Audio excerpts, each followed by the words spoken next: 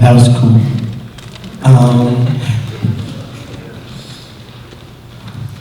All right, next we have somebody special named Barbara Dehn, and she's a nurse, and she'll be talking about. She's a television health expert. She's appeared in Stanford lecture halls as well as interviews on CNN, NBC, ABC, and so please give it up for Barbara Dehn.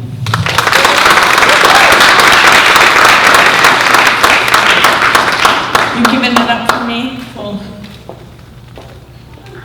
I'm so glad that you're all here. Thank you.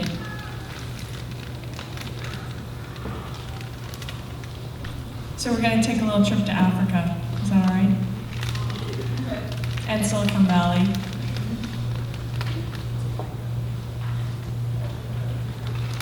Isn't it amazing what these guys have done here at Homestead to put this TEDx together? Let's give them a round of applause. These students who asked me the other night if I had a round red rug. Thank you. All right, which way do we go? This way. All right. So we're going to talk a little bit today about mistakes and miracles. And whenever we create miracles, mistakes are necessary. And that happens even in delivery rooms. And how do I know that? Because I have seen that how you deal with a mistake can save lives, and it can lead to countless life-saving innovations. I've been a nurse for a long time, and I've worked in a lot of hospitals, and I can tell you that your life can change in an instant. Your life, my life, anyone's life can change in a moment. And as a nurse practitioner, I've been trained to expect the unexpected. And I really didn't have a good appreciation for that until I started volunteering in a hospital in Africa. As nurses, we're taught that anything can happen to anyone at any time. And what we know is that when we have a mistake, we gotta pick ourselves up, dust ourselves off, and get back into the game. And when I was in Africa, it seemed like every single day I was asked to come to the hospital and resuscitate a baby. And I was working with moms who often had to walk for hours and sometimes days to get to our hospital to deliver their babies. These were moms who were very sick, who were anemic, who were malnourished, who rarely got protein in their diet. These were women who would have been considered high risk in the United States. These women lived in mud huts with thatched roofs. They had no electricity. They did not have running water. So if they wanted to drink clean water, they had to gather firewood, build a fire, boil the water for 10 minutes. These were strong and resilient women. And because there was no firewood and there was no electricity, many of them drank contaminated water, which meant they had illnesses I could barely pronounce. So they were coming into our hospital to deliver their babies. And time after time after time, I was standing there with these moms. And I was helping the nurses. And my job was to coach them in my mixture of English and Kiswahili, and to say "Zuri sana, Zuri sana," which means very good, very good. And I also would have a blanket ready to catch a baby, but in my head, I'm supposed to expect the unexpected, right? So in my head, I'm walking through what could happen. What if the baby's born and they don't breathe? What if their heart stops? What if the mom starts bleeding? That's scary, right? But as a nurse, I'm trained. I'm not supposed to show you that I'm scared, because you're gonna freak out if you're my patient. So, but on the inside, my heart is racing, because I'm walking through all the possibilities of all the bad things that can happen. Because it's not an overstatement to tell you that what happens in the first 2 minutes after a baby's born is life and death for mom and baby. And it's not an overstatement to tell you that what happens in those first few minutes can have profound and lifelong consequences for that baby, if they become a child, that mother, and that family. So early on when I was in Africa, I'd worked all day, and then I get a call in the middle of the night. There's a knock at the door.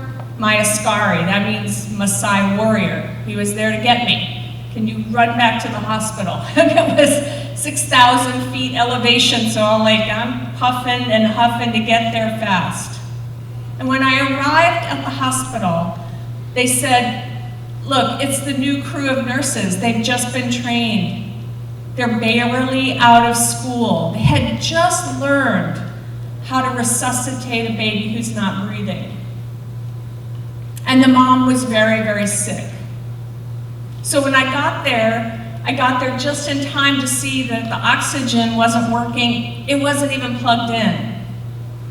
And the suction tubes that we normally use, nowhere to be found. And as I'm trying to put my gloves on, they kept tearing. Because they're old gloves, they don't get new stuff in Africa. And all of the supplies and equipment that you need when a baby's born, it wasn't there. It was in another part of the hospital. And we didn't have time to go run and get it. We were not ready for that baby, but that baby didn't care. That baby was coming whether we were prepared or ready or not. And just as I feared, when that baby was born, he was limp, he was unresponsive, he was not breathing. So I grabbed the first oxygen bag I could find, and I started pumping air into his lungs. And I put him on a table, and I showed the nurses how to put his head back so that the air could flow in without any obstruction. And at the same time, these nurses who were barely out of their teens themselves, I showed them how to listen to his heart. And my heart was racing, and I know it was probably a minute or two, but it seemed like hours. But then his color improved. He started to move a little bit. And he started to breathe on his own. And then he cried. And when they cry, whoosh, then you know they're going to be okay. So, saving that little boy that night, we're going to call him Peter, because we don't want to interfere with his family's privacy. So we'll call Peter. Saving Peter was a miracle, but the outcome of that night was by no means guaranteed at the beginning. And after we settled the mom and made sure she was out of danger and that Peter was going to be okay, we, nurses, we had a decision to make. What are we going to do now? We're going to forget about this? Just kind of chalk it up to just one night? We had a decision to make. Are we going to move beyond this? And what we were called to do was to honestly re-examine what had happened with Peter's birth. And when you honestly re-examine something, it takes courage, right? Now, when it's life and death, we all want perfection and we want predictability. But as any person in this room who's ever gone through a birth will tell you, there's no such thing as a predictable birth. And what I'm going to tell you is that we learn more from those births that are not predictable, where anything can happen, when the unexpected does happen. And that's where innovation takes place. And that's where we all learn to do it better and better and better the next time. I don't know if you can see this little guy. This is baby Joseph. He's getting weighed. They weigh babies very differently in Africa. They have them in this little jumpsuit, and they just hang them from a little hook. And he looks a little skeptical, right?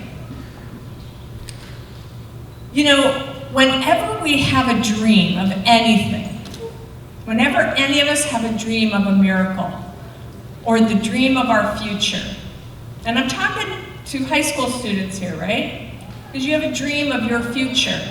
And like Joseph here, I'm kind of like, whoa, I don't know what's gonna happen. I don't know what's down the road for me. I'm a little bit scared, right? I don't know what twists and turns are coming. We all want certainty. Everybody wants certainty. I mean, I can't even read a book where the main character's having a problem, you know, and you're like, oh God, are they gonna make it? What I do is I skip to the end.